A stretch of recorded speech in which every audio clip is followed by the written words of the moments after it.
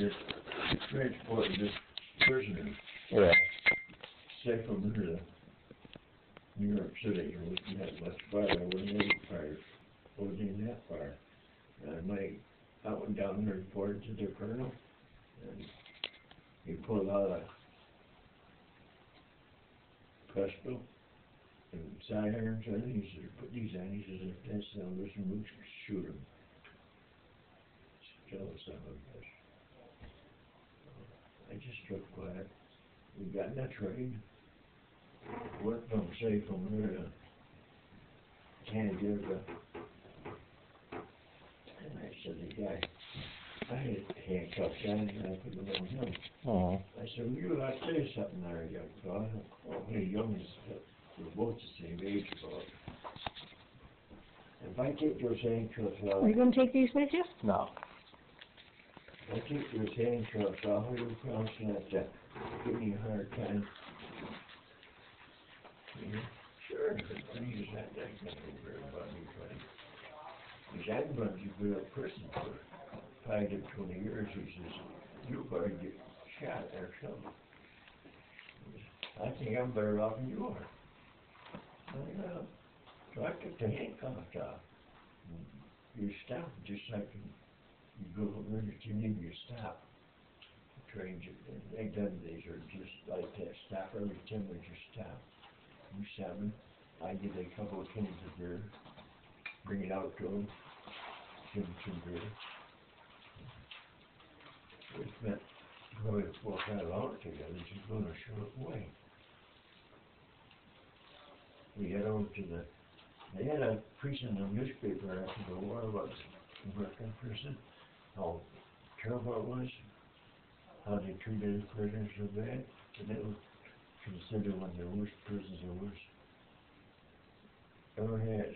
So I don't, him and I would not put the handcuffs on them and then go down to prison. The guy come up, I gave him my papers and grabbed that hand, jerked him one side. And I'd already given him 10 shells by a cigarette or something. Well, when he come in about 2 minutes, he said, well, you can't see the warden because he's not going to be back until tomorrow. He said, you can stay here tonight, though. I said, no problem, just prison. I didn't have to really big things. And so I stripped the guy down. I gave him 10 shells. So he could get a cigarette or something. And after I went through a little turmoil, I said, I want a cab to take me back downtown. So that's what it does. I'm gone probably 20 minutes. I come back down. He's there with just a pair of shorts on. And start drinking. And they're all shuffling around. You can't see these war pictures. They're shuffling around.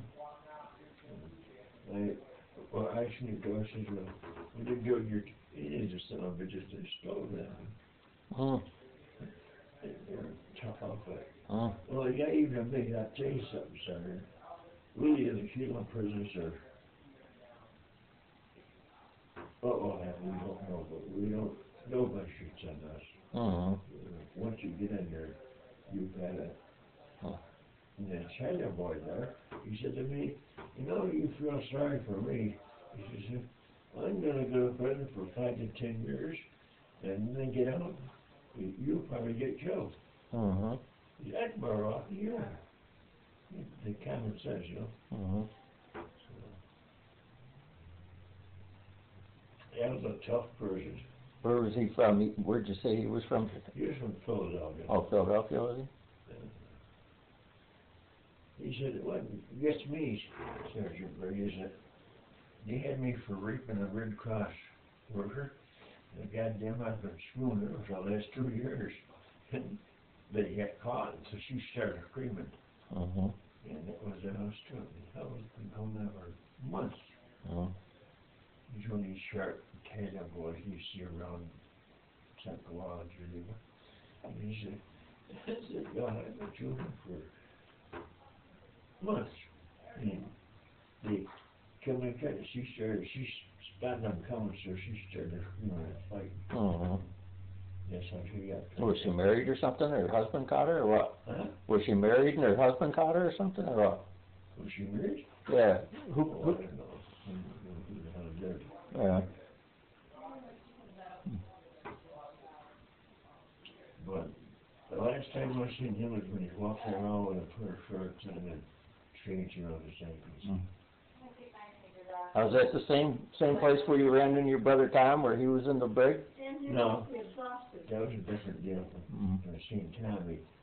They just put him in the local company. Mm-hmm.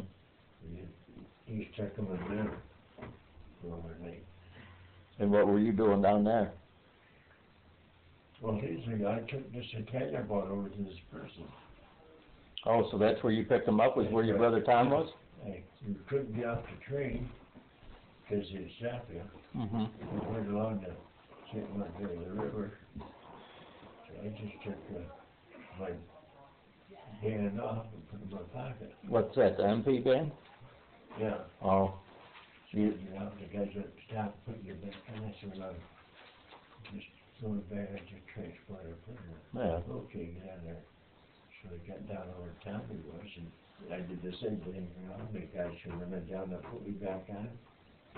How'd you know Tommy was there? Well, we corresponded, not very much. Mm-hmm. I knew he was in there. Mm-hmm. So I said, the guy when my brother Tom Brady, you know, he's just a bitch. Mm-hmm.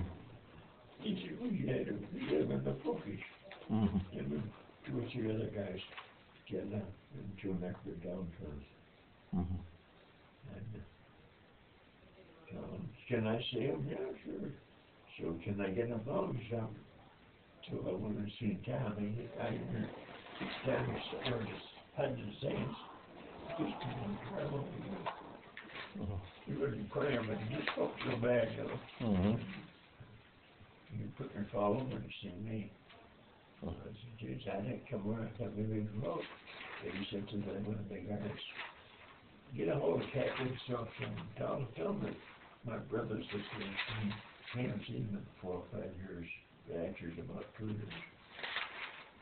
So I said, I'd like to get him out, so get him out. Mm-hmm. And went to town. Oh, he did let him out? Huh? They did let him out? Yeah, he's a hell of a drag.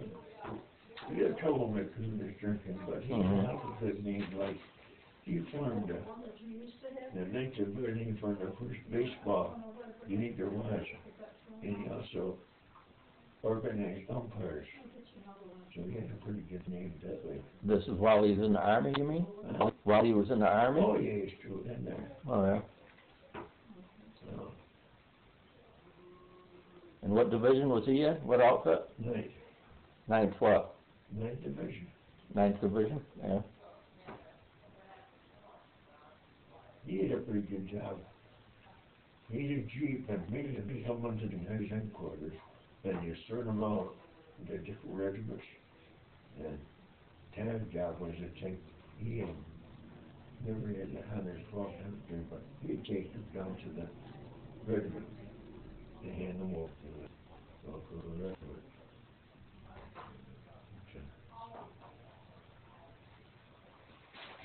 And he was, So was Uncle Leo in the Army by that time too, was he? just about that time he got in there, because I hadn't got wounded yet.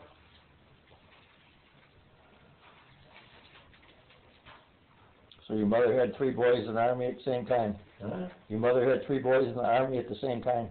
Yeah, and he had one in that World War I. Yeah, Jimmy was in World War I, yeah. Right, James, yeah. James, yeah. which I never knew. That's where that one picture of him and the 5 of his buddies, whatever, he's sitting in, standing in the middle, and he had a date up there, 1918, World War I. What was that? Your brother James's picture in the Army, he had the date on there, someone wrote the date, 1918. Oh, McDonald was telling me that he took him down to his home there, and they had a picture of James with that as you come inside. And you went down to, oh, look, Christ. Yeah, he just bragged about Jay Bluetooth, you know.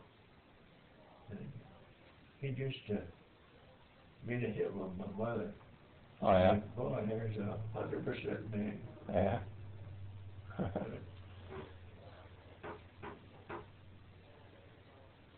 Oh, well.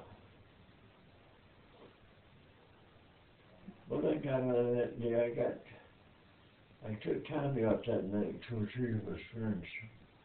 My days out together. And that's for me to win $100. I was just, Ed thought I was a genius, but I was just lucky. I didn't know I was doing it at the time. And I went back and